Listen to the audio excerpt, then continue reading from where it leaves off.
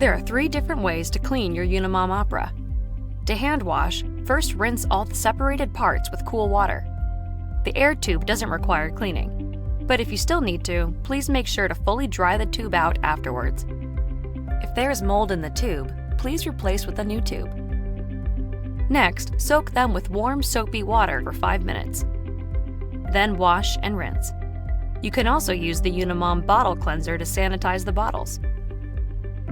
And remember to give the actual motor a good wipe down. Place the parts on a clean surface or towel to air dry. Once dry, you can now store them. Never store wet or damp parts to avoid mold. Also, the duckbill valves should always be hand washed since they're more delicate. It's also recommended that you replace the valves every 3 months. Now, to clean the Opera in the dishwasher, just place the separated parts, except the main device, in the top rack of the dishwasher. Take them out after the wash and allow them to air dry on a clean surface or towel. Finally, to thoroughly sanitize your Opera, which we recommend you should do before first use and once per day, start by placing all the separated parts in a pot of water and cover it. Boil for 5 minutes. Then air dry the parts on a clean surface or towel. Now your Unimom Opera is refreshed and ready to get you pumping.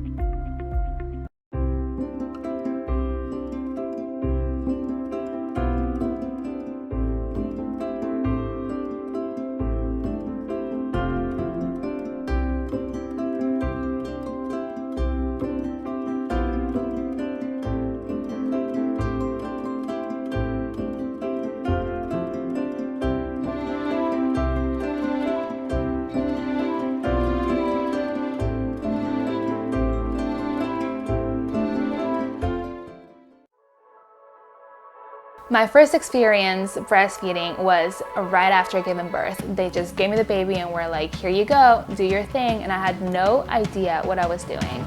I'm Jay Pease. I am a content creator from South Florida. I have a wild 18-month-old and I have a sweet little baby that is 2 months old, and I just love them so much. Don't open your mouth! I love being a mom. Nobody told me it was gonna be this great.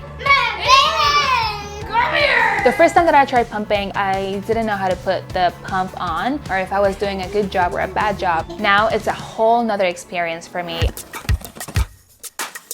I love this whole breastfeeding line because it actually cares about both you and the baby. They're so comfortable, they're easy to use, and they're pretty too, which is a plus in my book. This pump is very sophisticated, which I love. It's convenient, it's so small, and it's so light, so you can take it wherever you go.